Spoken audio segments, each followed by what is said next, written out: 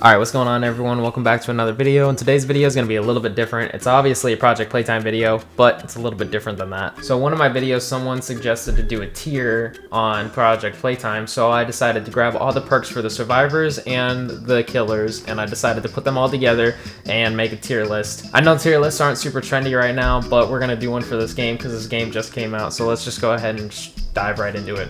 Alright, so first up is obviously the survivor perks. So we got the Master Pianist, which is the first one. This one, obviously, the more you upgrade it, the less piano keys you have to do. So if you max this thing out all the way to 3, you get to only have to do 3 keys. And I honestly think this is super overpowered and super good. So we're going to go ahead and put that on tier S, which is obviously everyone knows I was going to do that. Next, we have Power Walker. This one just basically makes you walk faster. It doesn't make you sprint faster, but it just kind of makes you walk faster. It's not like a super big boost. It's like a 15%, 10%, 5%. The more you max it out, obviously, it's not anything that crazy. Like it said, it would be an S tier if you can move faster while you're running, but you can't, so we're just gonna go ahead and put that on the A list. Next up, we got Shadow Walker. Shadow Walker, you just crouch faster and move faster. This would be a lot nicer to have. There's not a whole lot of use for this because it's just crouching faster. The only use I can see is if you're walking around while crouched, but I don't know how loud it is when you're walking around. Obviously, there's not a whole lot of uses, but it's also good to sneak around, so we're going to go ahead and put that on the A list because it actually is pretty good. Next up, we got Leave No Trace, and basically this one just, if I remember correctly, it just makes your feet disappear because the killer can see your feet, so it makes it disappear faster. If it could, like, erase your footsteps completely, to a certain extent, it would be a lot nicer, but honestly, I'm gonna have to put this on C, and I feel like I'm gonna get a lot of like hatred for that one, but I mean, it's cool and all, but it's not the greatest. Next up, we got Think Fast, and I believe this one's the reflex puzzle. Obviously, it's nice if you're not super reflex, but considering me being really having a better reflex, I don't really have a problem with that game, so I never really use it. So my personal opinion, I wouldn't use this a whole lot, but for other people's that don't have the fast reflex, I would put this on B. That's where I put it. Next up, we got Leadership. This is a top dog in itself, and the reason being is because of the fact that you can heal, not yourself, you can heal your other teammates. You can only get healed if someone else has this, but this thing will heal you like super fast. I honestly think that this is a prime perfect one, so we're gonna go ahead and put that on the S tier. Amazing one right there. Next up, we got Punching Bag. You just have more health, and they say you have more health, but it honestly doesn't feel like you have a whole lot of more health. It doesn't feel like it does a whole lot. Maybe if they buffed it, it would be nicer, but for now, I'm gonna have to put that on D because it's not very useful whatsoever, in my opinion. Next up, we got Distant Savior. Obviously, you can pull people up a lot faster, and this is actually a significantly awesome perk itself. I will have to put this on the S tier. This is a prime one, considering the fact that all you have to do is just pull them up, and it's really fast. You maneuver around enough, and you can actually pull them out a lot quicker.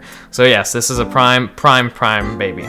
And last but not least, we got the Genius, which is the memory puzzle. So this is the one for the 8 puzzle one, or the 8 dot one. I'm assuming it just means that it'll flash a little bit longer than normal. I've never used it personally, but that's what it seems like it does. Honestly, like I said, for this one, if you don't have a really good reflex, then obviously it's good, but if you have a really good reflex, it's not useful whatsoever. But considering the same thing, I'm gonna have to put this at B as well. So there you have it. That's my tier list for the survivor perks in this game.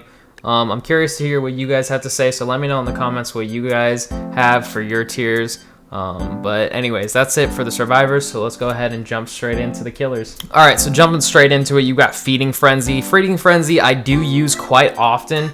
Problem with this one though, obviously you have to knock people in order for them to all go into the pit immediately. Now this is a good sabotage to have as a killer if there is a huge crowd of survivors together and you knock at least 3 of them. If there's like a group of 4 and you knock 3 of them, this is the perfect perk. But if they're separated and you decide to use it, it's not very efficient. And you have about, if you max it out to the max, it's about 40 seconds. And if they're all split up in different sections of the map and you're trying to kill every single one of them before the timer runs out, it's gonna be really difficult. So honestly, even though I use this a lot personally, I'm gonna have to put this one on the B list. It's good, but if you don't use it right, it could be bad. So that's where I set it at. I want to set it higher, but for the time being, I'd have to set it in the middle because it's not amazingly OP and it's not super bad. It's just perfect. Like, it's just right there, I guess, if you want to say that. Next one we got is Booby Trap. When the puzzles, some of them will blow up depending on the right puzzle. It's a good perk, but it's definitely a lot different because obviously it damages you if you're a survivor, and it'll also alert the killer. And the more you upgrade it, the more pillars that get booby trapped. So it's definitely a good perk to have if you have it maxed all the way out. Otherwise, if it's just 2, that's a really like low number of someone hitting it. But then again, someone can hit it, and there you go. I personally think that this is a decent one. Like, yeah, I'm gonna have to put this one on the B because it's not OP. It's just right. It damages them just a little bit and enough time to give you information that, hey, this person's on that tower. It would be a lot cooler if it told you the ones that were booby trapped. I personally never used it, so if it does, then I feel stupid for saying that part, but that's where I'm gonna leave it at, and that's how I'm gonna go with it. All right, so we got Directionalist. This perk obviously just makes you lose your self-awareness.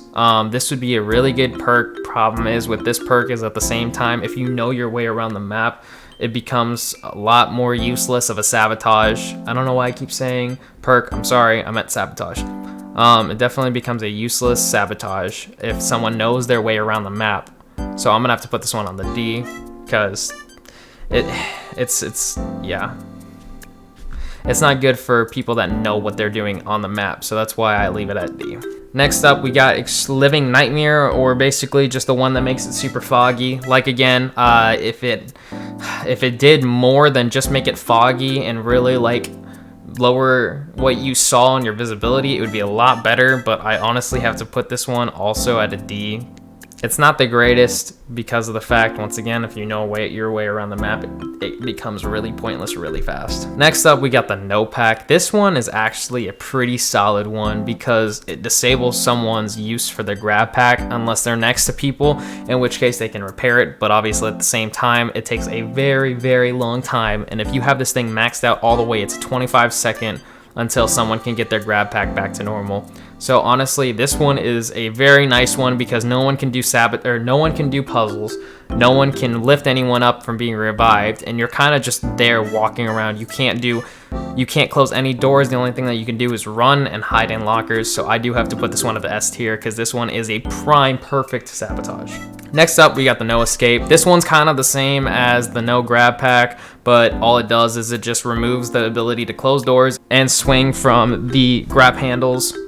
This one is a prime one. Obviously, people can still use their hands to revive and do puzzles, so it's not a class S tier, but I will put this on the A because it's pretty good. Next one, we got Shutdown. Shutdown just turns off all of the puzzle towers and you have to reset them. It's a cool perk, not super overpowered, not super broken, and it's kind of just right, so this one's also going to be on the B list. And last but not least, we have Total Lockdown, and this one just closes all the doors, and it seals off all exit points. Now this one's good if you have a room full of survivors all next to each other, but obviously if you don't have all survivors next to each other, then you can lock yourself in, and plus they have the vents to escape.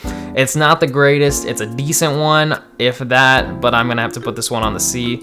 But yeah, that's where I'd have to set my killer sabotages. Obviously, number one's always gonna be the grab pack because that one is absolutely insanely good if you use it right. But yeah, I am curious to hear what your guys' opinions on this are. I'm curious to know what you guys consider the best sabotages and the worst sabotages, but let me know in the comments below. But that is it for this video. It's just a little short video. I thought it would be kind of fun to just kind of throw in a video like this that you guys wanted to see. So I just kind of put this together and I was like, hey, let's give it a shot. So that was me ranking the best killer sabotages and the best survivor perks. Definitely a different type of video than I'm used to, but it was kind of fun. I did kind of like doing that, so that was really interesting.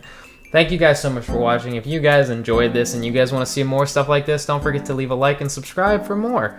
Join the Discord channel whenever you guys get the chance, link in the description as well, and catch me on my streams. I guess that's it for the shameless self-promotion. But thank you guys so much for watching, and I will see you guys in the next video. Later!